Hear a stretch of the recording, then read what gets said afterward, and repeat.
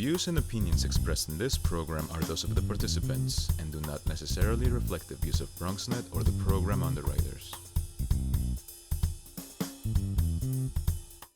Hola everyone, welcome to Open, the one and only show bringing the best of the Bronx, New York, and the world straight to you. I'm Rhina Valentin, your host of Café con Leche every Friday. Here's what's coming up in today's show. Leading things off, we'll sit with talent manager, music promoter, and producer Maria Barreto to discuss her latest musical projects that will help families recovering from Hurricane Maria. And after that, we'll talk about Revolución Latinas and Pregones PRTT Latinx rendition of William Shakespeare's The Tempest. And we'll discuss the creativity and physical ability designed to recreate this classical play. Then we'll learn the significance behind home healing when we chat with interior designer and transformational guide Rebecca Gitana Torres about healing through the home. And later on in the show, Bobby C brings us up to date with the latest headlines in the world of sports.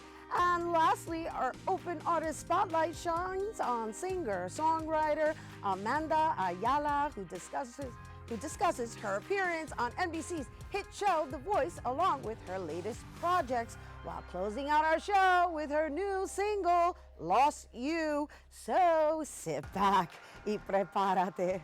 All this and more is headed your way, because now we are officially open.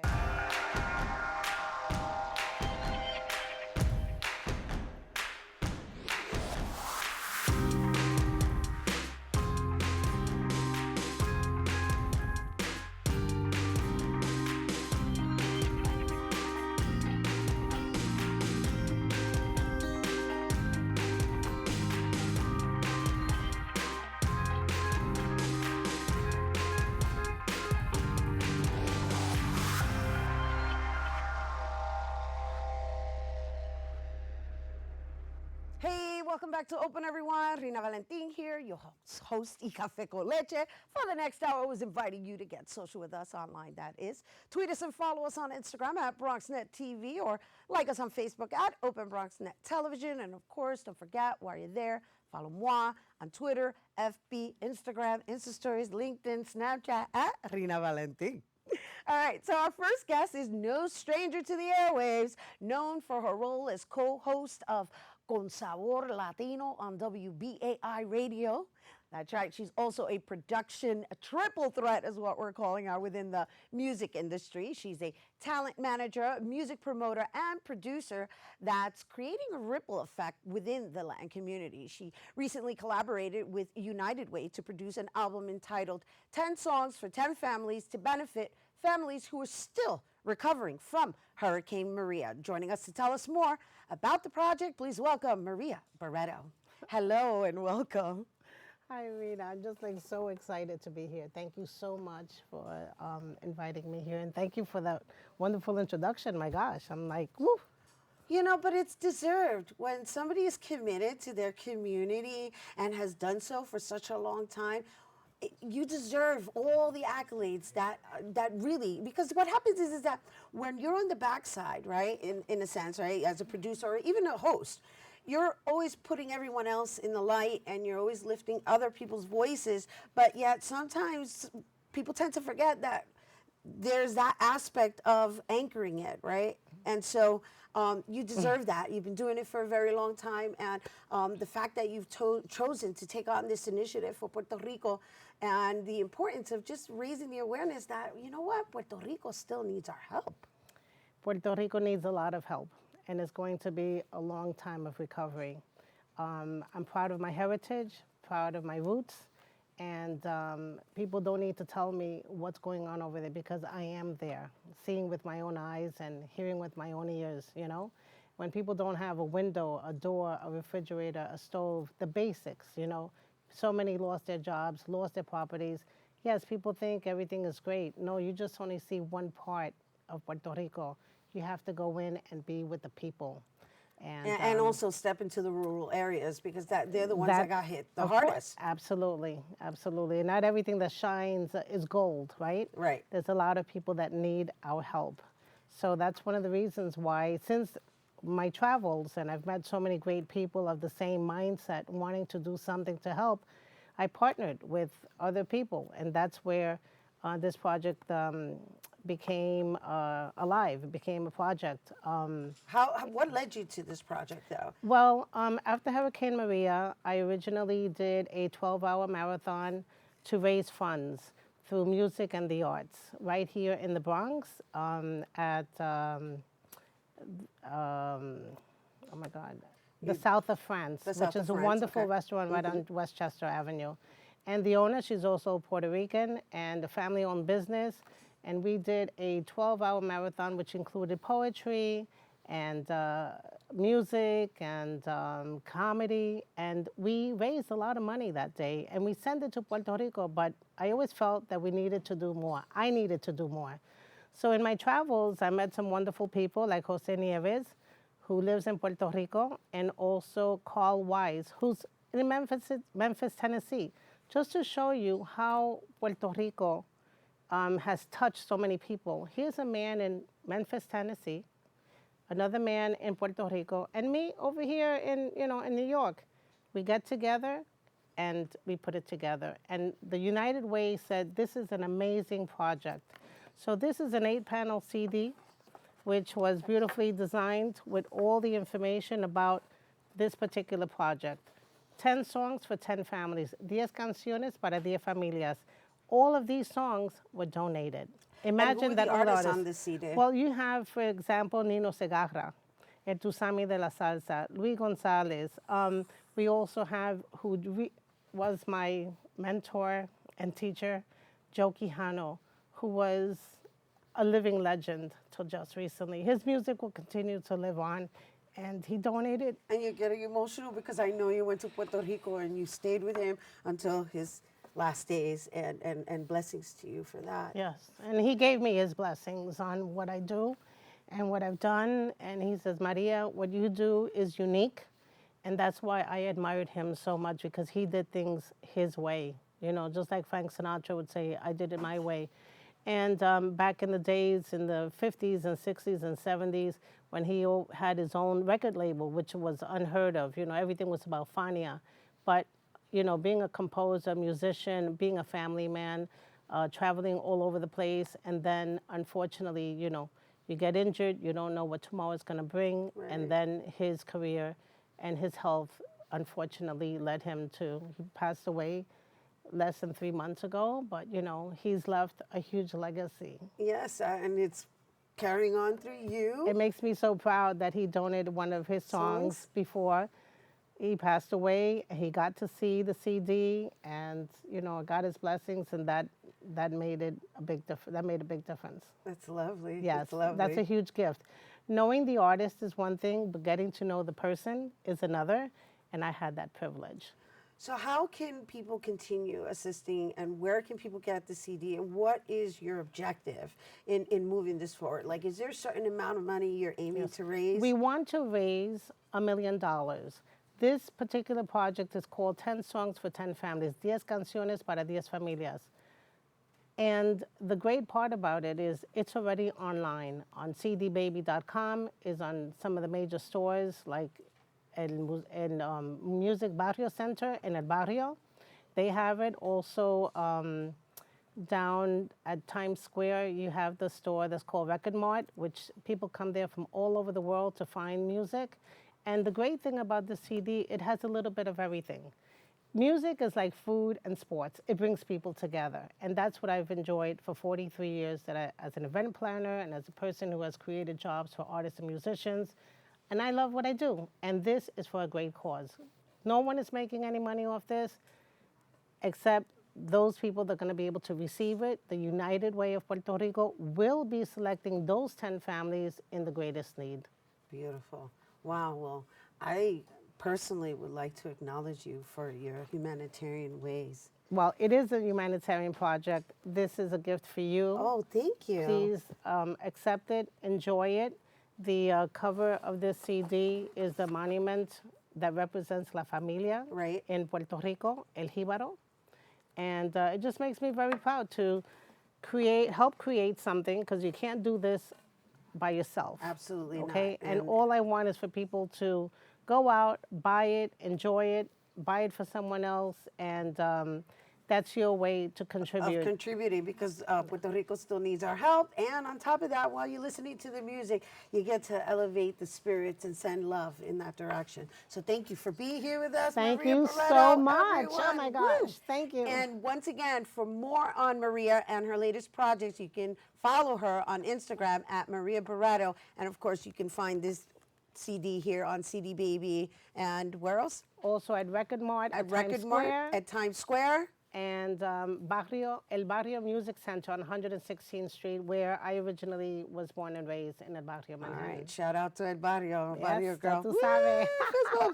That's right. All right, you guys, we got to take a quick break, but when we return, we're going to learn how Revolución Latina recreated William Shakespeare's The Tempest when we return. Don't go anywhere.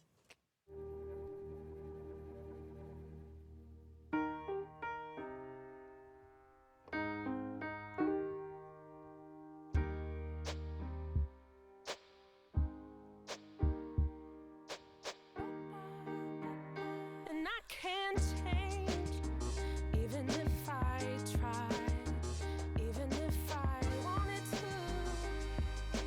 My love, my love, my love, she keeps me warm. She keeps me warm. She keeps me warm. She keeps me warm. She keeps me warm. She keeps me warm. We are neighbors and best friends. I love my sister. My heart doesn't see race. Love is love. Our family is no less than any other family. Love is kind. Love is patient.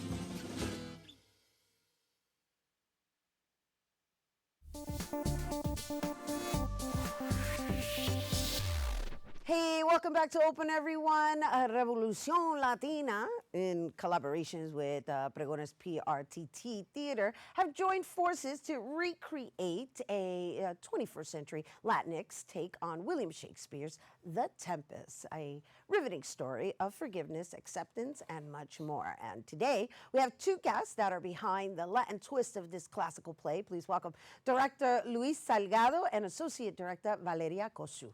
Hello, welcome. Thank you for having us here again. Absolutely. Welcome back, Thank you. Luis. Thank Oh, you, thank you, I thank you. absolutely love when you come and visit, because I myself am a personal fan of the work that you present. Thank you. It's phenomenal. It's mutual. Yeah. And of the support you give to all of our community. Well, I appreciate that acknowledgement, and that was going to bring me to the fact that one of the things that I do love about your productions is like you mix professionals with like newcomers, and they're not necessarily green, but I just love the mezcla. You have like this wonderful combination of people from different parts of Latin America, people from here, from Puerto Rico, and everybody's basically coming together and learning this classical language a la Luis Salgado style. Yes, Pull exactly. out. It's a collaboration of so many amazing artists. Valeria Cosu, one of them. She's been with us for 9 years. She's a body percussion master, but she's also become my associate director. Nice. And in this one particularly, she's been running around everybody trying to explain what Luis Salgado's crazy thing is. I serve as a translation. Yeah. You're the translator. I'm kidding. No, you're not. Yeah.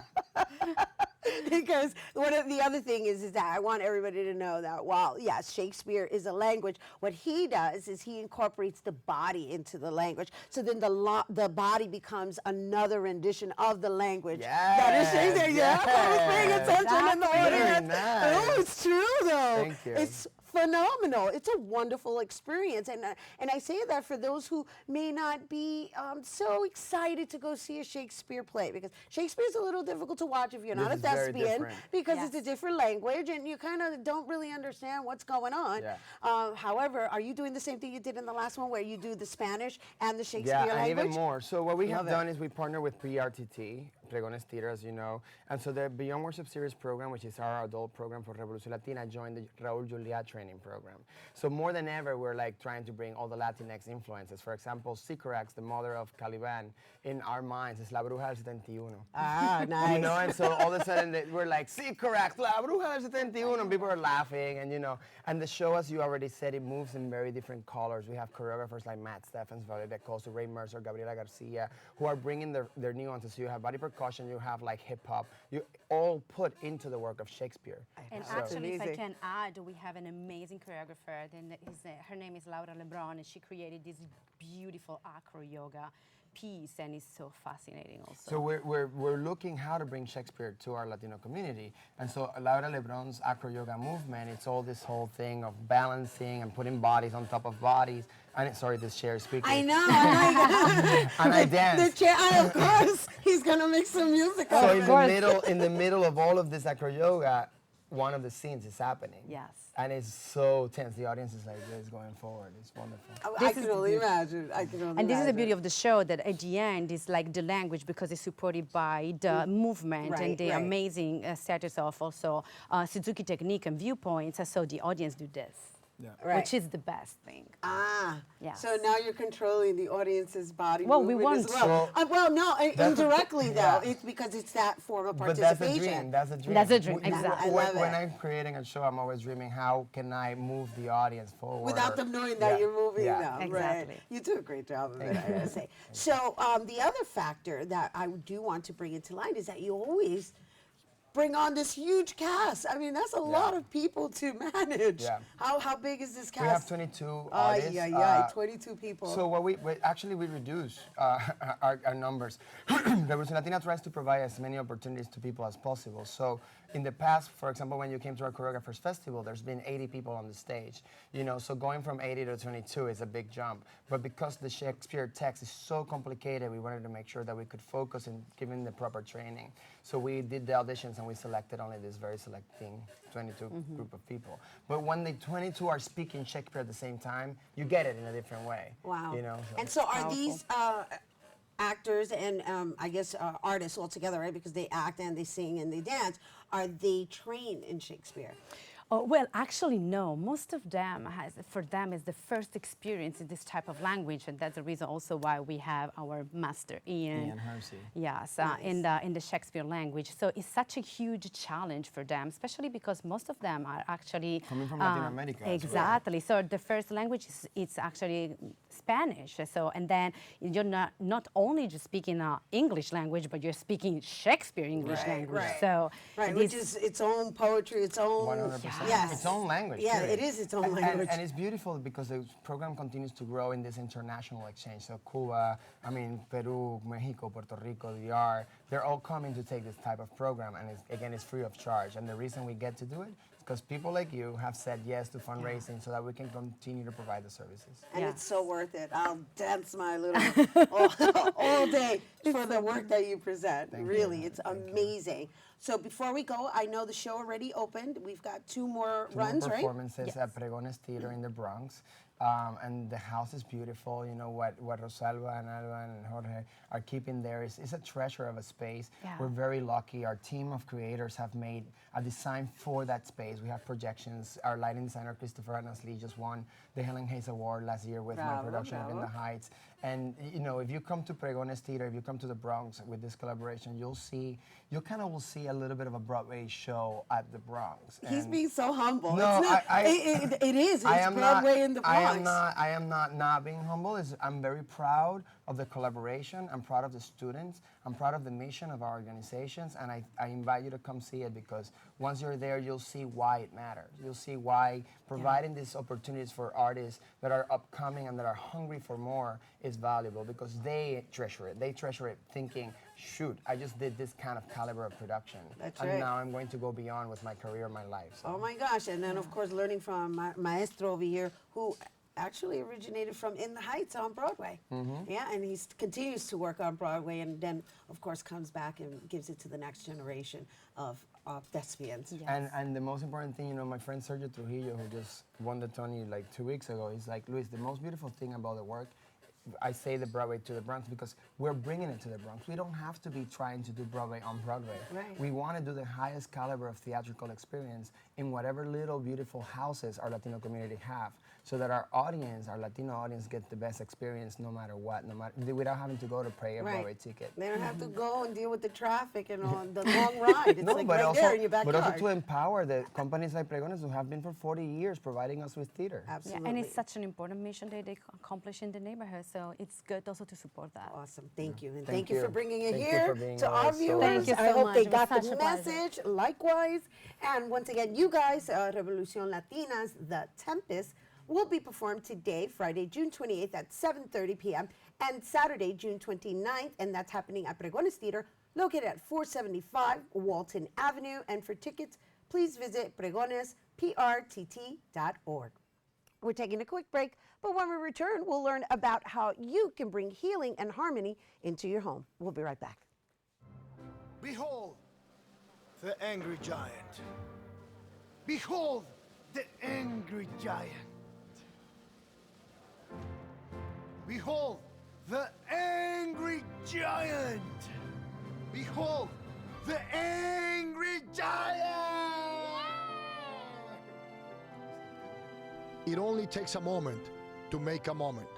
Take time to be a dad today.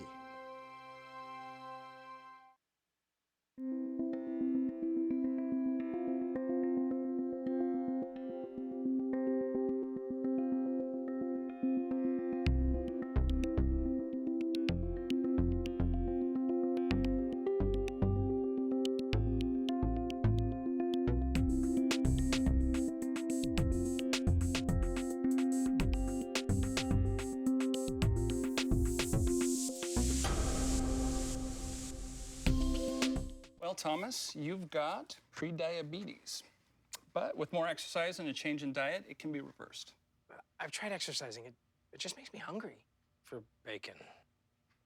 I love bacon, too. And who really likes to exercise? Not me. Me neither. Nobody. So we're good? What? Oh, you still have pre-diabetes. Big time.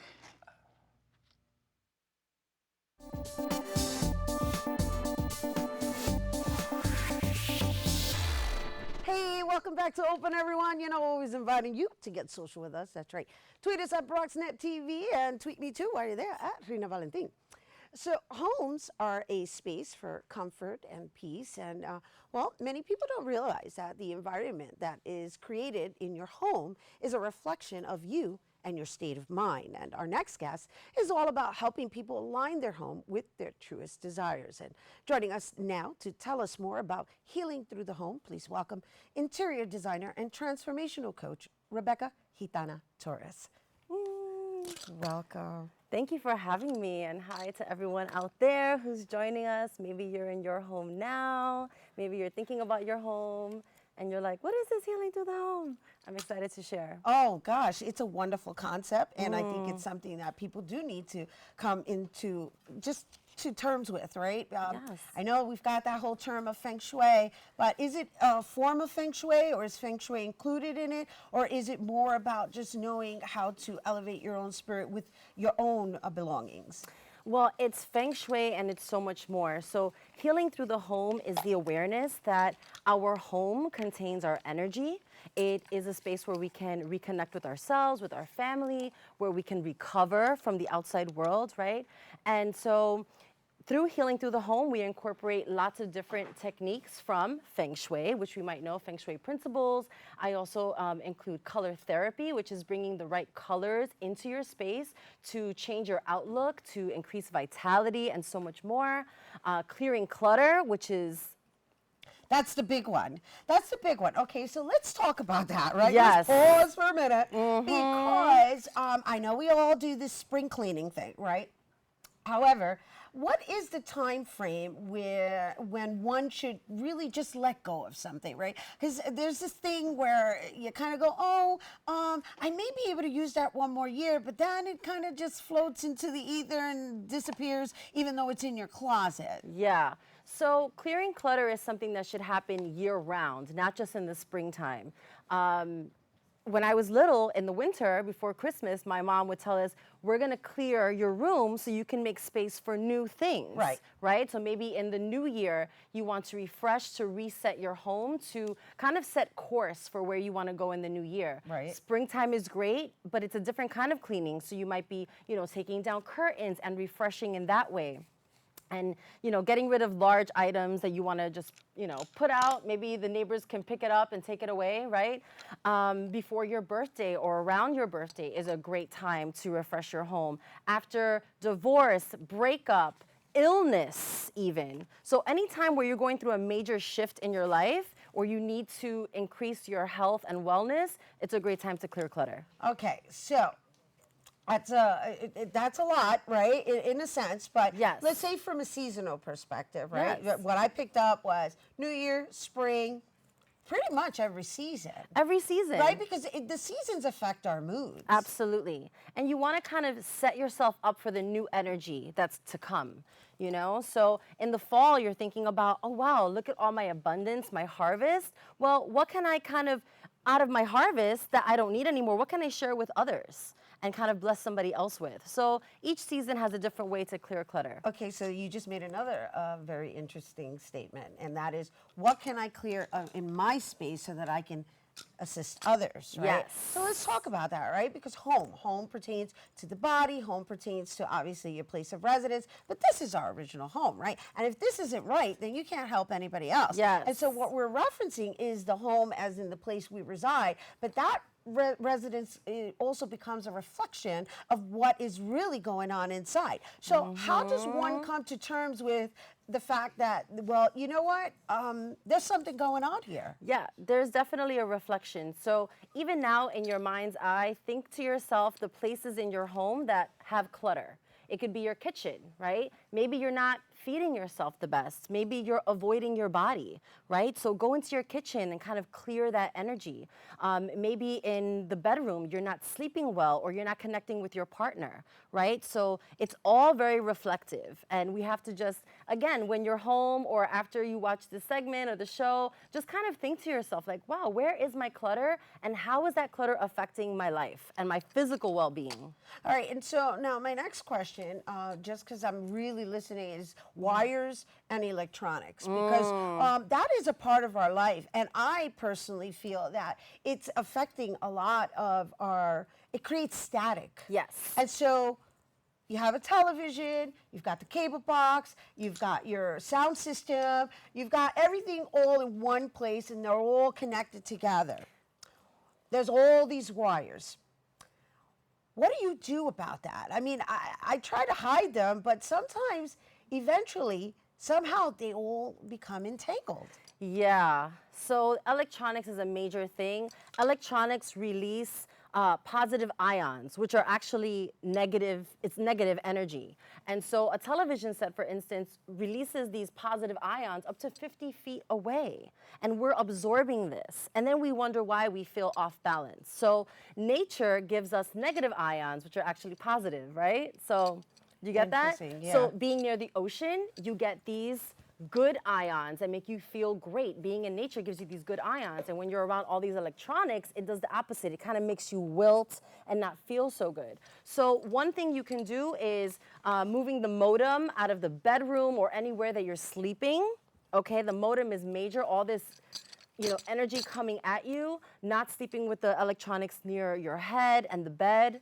So like you shouldn't have your phone charged Yeah. and have it right where you sleep. No, it's not good. We're not letting ourselves rest because of all these electronics. Yeah. The other thing you can do is like unplug the TV. Like it's okay to Like do that. literally unplug it from the wall. Literally, if you have a bedroom in your television, television in your bedroom, unplug it at nighttime. You're gonna sleep way better. And then, of course, there's the recommendation of visit your city parks and just connect to nature Grounding. to counteract it. But in the home, the way we can do that is by bringing those natural elements into the home, such as plants, bringing in that earth medicine, having your own earth in your home. Sometimes I sit and just hang out with my plants. Yeah. I'll put a plant on the bed like a cat would sit at the foot of the bed and chill with my plants, or put it in my lap when I'm feeling a little stressed out and just kind of breathing and allowing this circuit of energy between me and the plants, you know, to happen. Bringing crystals into the home space, bringing wood into the home space,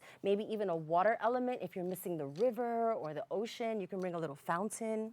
That's beautiful. These are wonderful recommendations. I mean, I could sit here and listen to this all day, but unfortunately our segment's over. Hate when that happens. Do you have any last recommendations that you could share with our viewers? I would say that today when you go home, sit in your space and just give yourself a little moment to meditate within your space. Close your eyes. Feel gratitude for your home that cocoons you, that holds you, and actually start to talk to your home and create a dialogue like, wow, what is it that I want to feel here? What is it that this home needs? And create that communication with your home. Start to clear some clutter, mop some floors. And the most important thing is just live in gratitude. When you live in gratitude for what you have right now, you are going to channel more and more into your home environment. Beautiful, wonderful. Thank you. Woo, sister, we didn't even get to meditate, but it's all good. It's all good. Woo, It's yes, that's how we do. You guys, for consultations with Rebecca Gitana Torres, you can visit healingthroughthehome.com. All right, stay tuned because Bobby C's weekly sports roundup is coming up next. So, I'm kind of new here, but I've noticed a trend. My human does this funny thing where she goes around and gets all my toys, and then she hides them in that basket by the door. You know, but it's always the same basket, and it's always in the same place. And then she acts so surprised when I find them, but, you know, she's putting them in the same basket. Again. It's like, hello, that's where you put it last time. You were the worst at hide and go seek.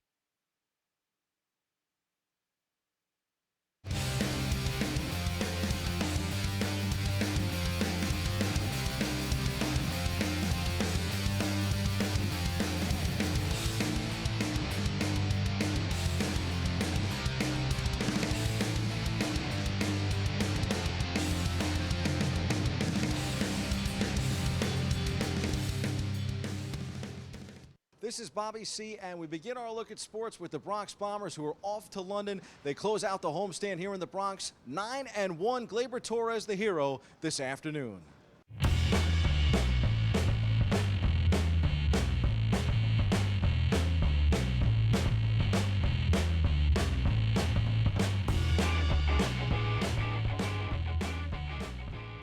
The same approach. I mean, the same plan every at bat. Basically, I just try to help my team to win for sure, and just looking for a really good pitch I can hit and try to put the ball in play. It's great to watch this offense. You know, these guys are swinging the bats extremely well. We feel like we're going to score a bunch of runs every day, no matter who's out there facing us. You know, we're extremely confident right now. Those guys are playing great baseball. And I'm going to work to join them and try to, you know, help us win, do my part. You know, we won the first two of this series. We really wanted to come out and play well. You know, especially against, like you said, against another team in our division. So, yeah, you know, it doesn't really matter who we're playing. I feel like we have a really good team, and just you know, keep it rolling. Oh, it's huge. You know, it's been our mindset all year. It's just, you know, dominate every series, win every game, and you know, we got the club that can do that. And you know, now we get ready. You know, we got 2 off days going into this big London series, and I know the boys are excited. So you know, we just can't wait to get over there.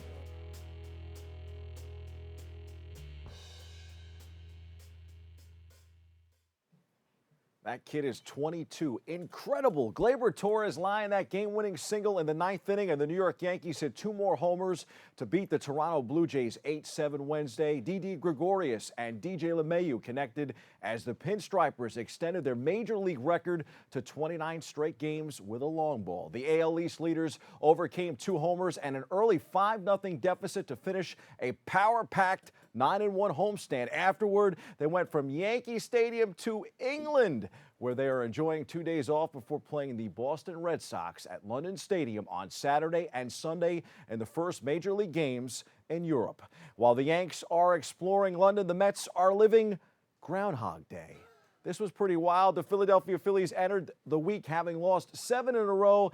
They had led the NL East most of the season, but fell to 6.5 games back of the Atlanta Braves. They won the first 3 games of the series this week against the scuffling New York Mets and were poised to sweep with a 1-0 victory. Instead, Todd Frazier came through with a 3-run bomb for the Amazons. It looked like the Mets would avoid the sweep, but in shocking fashion, enter closer Edwin Diaz. He had only worked twice since June 15th, but one of those outings came on Wednesday, and he was excellent. Thursday, the exact opposite, a 2-run bomb to tie it and a walk-off later, and the Mets had lost again. 6-3 final. On a lighter note, the Amazons are home this weekend and will honor the 50th anniversary of the 1969 World Series team. The Mets also renamed the street in front of Citi Field in honor of former ace Tom Seaver and announced plans to erect a statue of the Hall of Fame right-hander outside the stadium. The team made the announcement that 126th Street would be renamed Seaver Way on Thursday. The address of Citi Field is now 41 Seaver Way. Seaver wore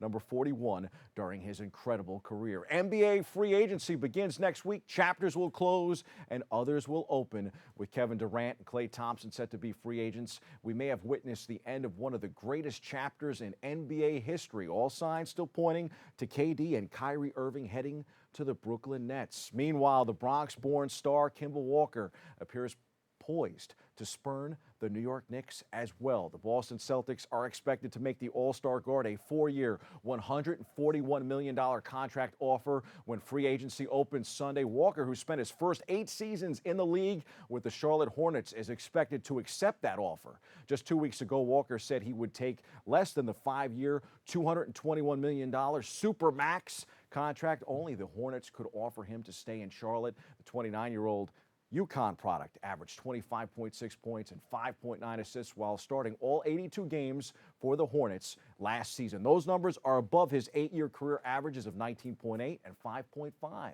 The Knicks will reportedly roll over their cap space if they don't sign one of the major stars this summer. Of course, New York must still field a team. After 6 straight losing seasons, including a franchise-worst 17-65 this past season, the Knicks might even want to be somewhat competitive, right? A candidate to fill the roster, Golden State's DeMarcus Cousins. Knicks settle for Cousins. Oh boy. The Los Angeles Lakers have maneuvered to create a maximum salary slot of $32 million in free agency. League sources have told ESPN the team unloaded 3 contracts to the Washington Wizards to make the Anthony Davis deal with New Orleans a 3-team trade. Davis also got his first assist from LeBron James. James is giving up his number 23 to his new Lakers teammate. Davis has worn number 23 for 7 years as a member of the Pelicans. A source close to James said they believe the Lakers star will go back to number 6, which he previously wore with the Miami Heat. He wore number 23 during both of his stints with the Cleveland Cavaliers and last year in Los Angeles. Time for some quick hitters from around the world of sports. Tennis fans are gearing up for Wimbledon. You know the names, but age, of course, is creeping up. Age creeping up. Federer and Nadal have squared off 39 times, and Federer and Djokovic 47, while Djokovic and Nadal's 54-match rivalry is the most prolific and competitive in the history of tennis. Compelling and addictive as those are, those hooked by them with each passing episode, the end might be moving a little closer. In the case of the big three, now age 37, 33, and 32 respectively, it could be argued that they have already exhausted the narrative, claiming 53 Grand Slams between them since 2003. They have won 15 of the last 18 Grand Slam titles and all of the last 10. This could be the last year with a new crop of youngsters emerging. Speaking of emerging, Vanderbilt is national champion for the second time in 6 years. Vandy rebounded from a loss in Game 1 of the College Baseball World Series. The Commodores closed out Michigan 8-2 for a 3-game finals win over the Wolverines. Mason Hickman shined for Vandy on the mound with 6 one-run, 10 strikeout innings. He became the 9th pitcher ever and second straight to reach double-digit strikeouts in a College World Series finals game. Vanderbilt won the decisive Game 3 on Wednesday night to win the College World Series. Surprisingly, the 10 combined runs made the highest-scoring College World Series clinching game since 2009 when LSU beat Texas 11-4. Amid a severe heat wave in France, the reigning champs face the hosts in Paris with everything on the line. It will be close to 97 degrees today in Paris as France swelters in a severe, unexpected heat wave. The U.S. women's national team will also be feeling the heat at 3 p.m. as they face the much-fancied tournament hosts in a mouth-watering World Cup quarterfinal. On the baseball diamond, the Yanks got Giancarlo Stanton back only to lose him again. He exited Tuesday's game against the Toronto Blue Jays after suffering a knee injury. At first, the Yankees said he was day-to-day, and then there was no new injury. Wednesday, however, it was revealed that he had sprained his posterior collateral ligament. Doesn't sound good. The Yankees placed him on the injured list a mere 6 games after he came off of it. Yesterday, Brian Cashman got to London and talked about Stanton's prognosis. He said an August return was likely. You may not see Stanton for a while, but the Bronx Bomber faithful will get plenty of 2 of their stars on the national stage. With 6 players among the finalists to be named starters in the upcoming All-Star game in Cleveland, the Yankees locked down 2 spots in the American League lineup, with catcher Gary Sanchez and second baseman DJ LeMahieu earning the honors. The full rosters will be revealed Sunday. The Houston Astros led the way in the AL with 3 starters in the game. It is nearly impossible to imagine an ESPN without Bob Lee. Not BronxNet's Bob Lee, ESPN's Bob Lee. His first day of work was on the network's first weekend in 1979. But starting next week, ESPN will have to learn how to do without the man Chris Berman once called our conscience. The 64-year-old announced Wednesday that he will retire at the end of the month. Living legend signing off. We hit the C-list for some NBA free agency predictions.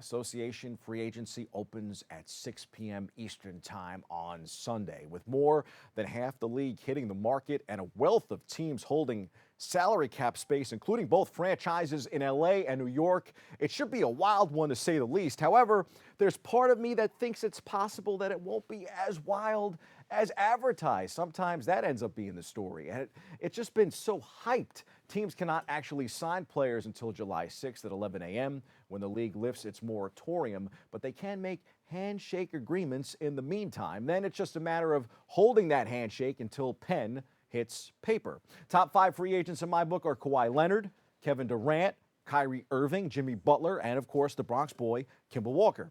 I think KD and Klay Thompson could easily return to Golden State. I firmly believe Leonard goes back to Toronto on a shorter deal, chasing another crown in Canada. If that's the case, then Irving and Butler and Walker headline the next crop of most notables. I think Butler could be moved to Houston. I could also see Kemba going to Boston if Irving bolts for the Nets or the Knicks. That allows the Nets to keep D'Angelo Russell. The irony here very well could be the injury to KD in the finals, because that injury clearly could have paved a way for him to remain with the Warriors. It also allowed Toronto to win the finals, which may allow him to stay, Kawhi Leonard, in the North, despite taking a look at the LA Clippers and supposedly the LA Lakers. I think it all comes down to Durant and Leonard. Their next moves will likely dictate the ensuing moves in NBA free agency. Hold on to your seats. Could be like watching the Mets bullpen in the 8th and 9th innings. That's your sports. I'm Bobby C. More Open back after this.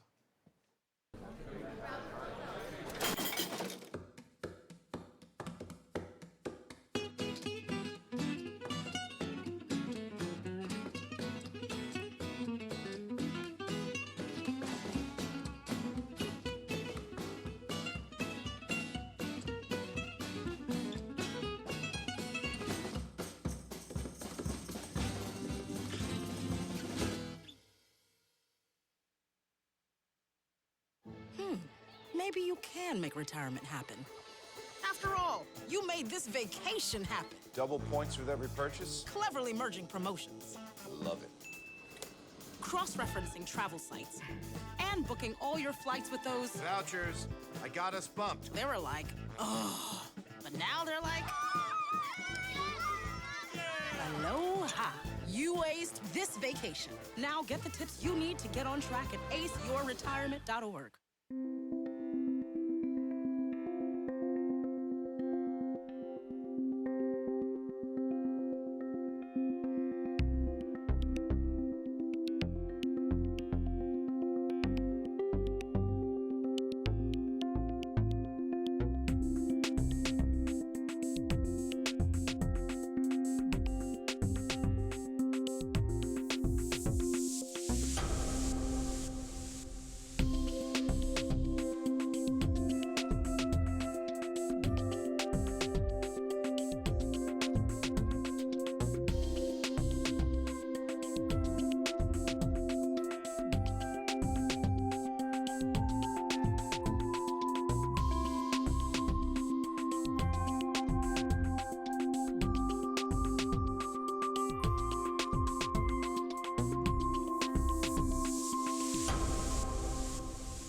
Hey, welcome back to Open, everyone. Today's musical guest is a New York native that made her first national scene on NBC's four-time Emmy-winning show, The Voice. And following her appearance, she's continued her career as a singer on other television programs, such as Who Will Rock You? Yeah. She's graced many stages, and her sound is a mix of pop and rock music. And joining us to share more about her journey, please welcome Amanda Ayala. Thank you so much for having me. It's Woo, a pleasure. Girl, high five.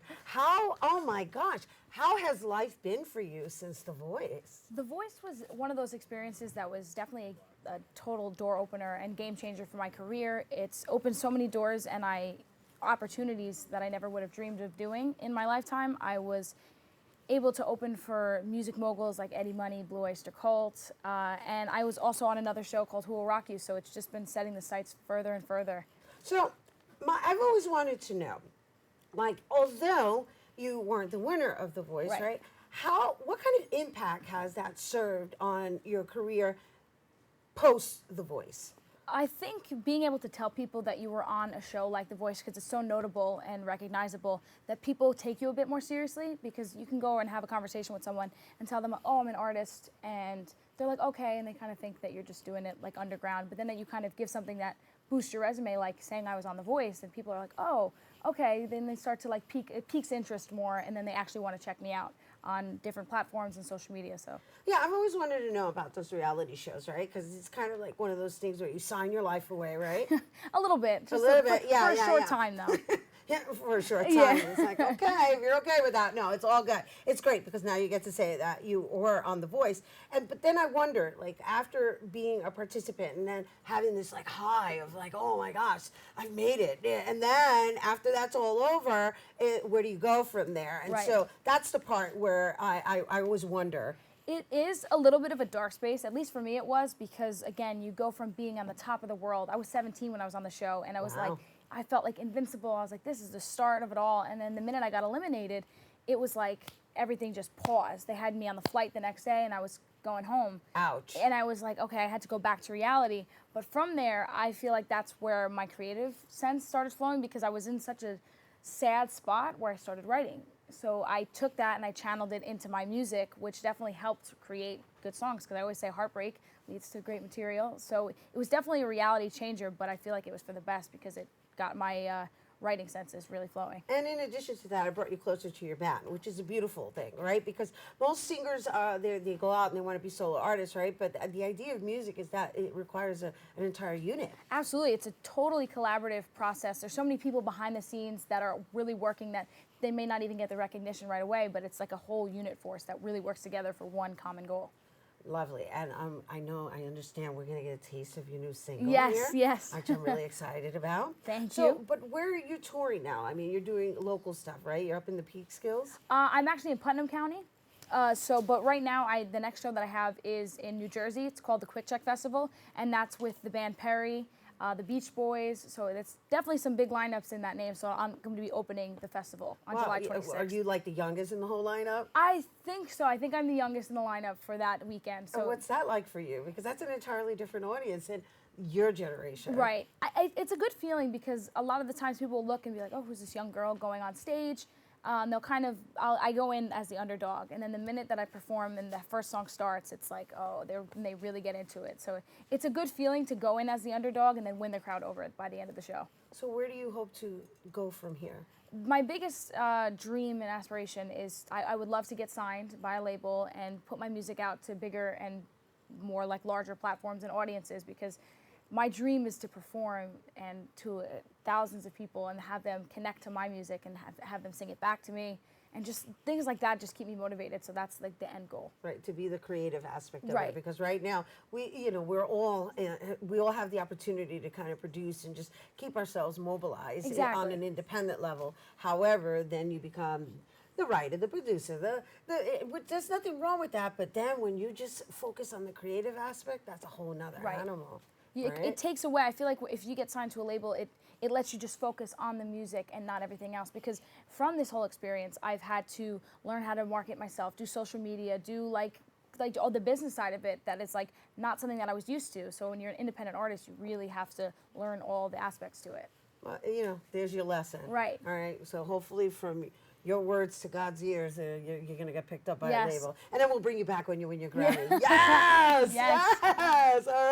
All right. You guys, we're going to take a quick break, but when we return, Amanda is going to perform her new single here for us, Lost You. So don't go anywhere.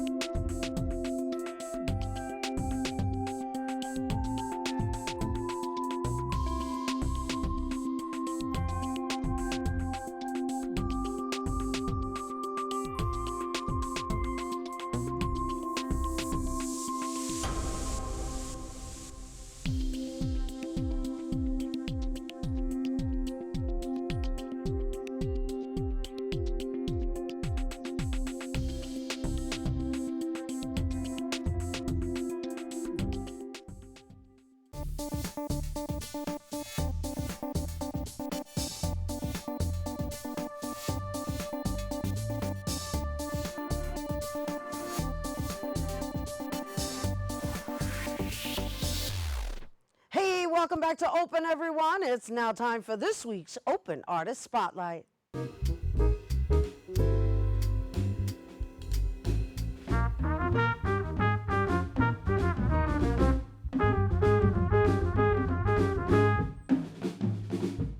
Here now to perform her new single, Lost You, please welcome Amanda Ayala.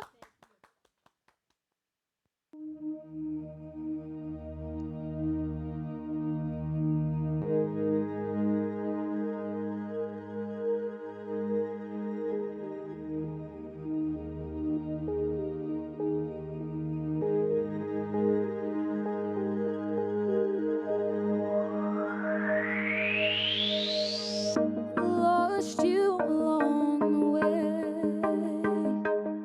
Always thought you would stay. Face got mixed up in the crowd. I'm wondering where you are now. Through thick and thin, we've always been. It's hard to see how things have changed. I don't wanna let go of you.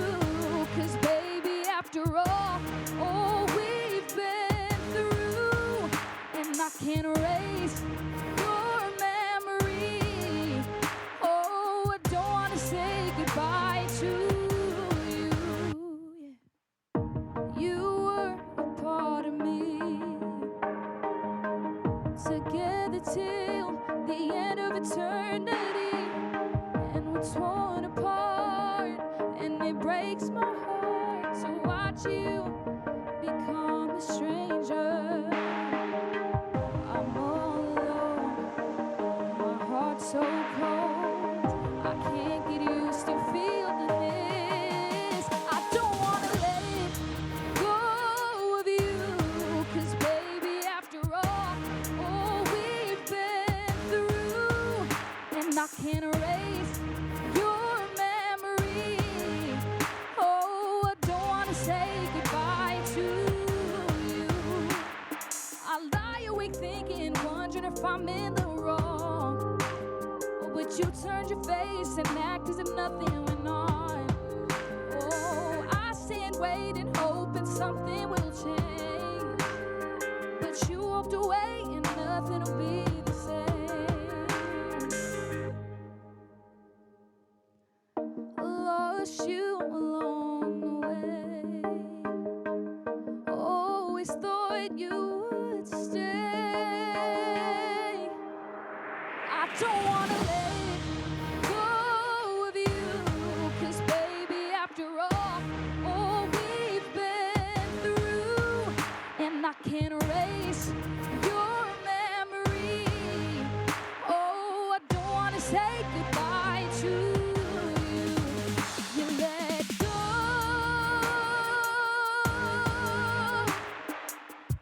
Oh, go, oh, yeah, yeah. You let go. Oh, I don't wanna say goodbye to. Oh, I don't wanna say goodbye to you. Thank you so much. Amanda! Oh my. I don't want to say goodbye to you. Woo! Thank you. How lovely was that? Thank you for blessing our Open Artist Spotlight. Thank you for having me. Oh my goodness. All right, so where to next? To next is Jersey on July 26th, and then I'm going to be in the Hamptons in late August. Excuse me, not April. Nice. And where can people hear your music now? They can hear my music on iTunes, Spotify, wherever they stream music. It is available, as well as my social media. All right. Awesome. Amanda Ayala, everyone. All right, you guys, once again, for more on Amanda's latest projects, check her out at amandaayala.com and follow her on Instagram at Amanda Ayala Music. That is our show today, mi gente. Thanks to all our guests for coming through, to you, our viewers, for tuning in. If you missed any part of the show, you can check out the recable cast tonight and 24 hours a day at BronxNet.tv. I'm Rhina Valentin, and from all of us here at Open, may the universe provide paz, prosperity, y amor. Mua. Adiós. Y la música. Yay. Ven, mamá.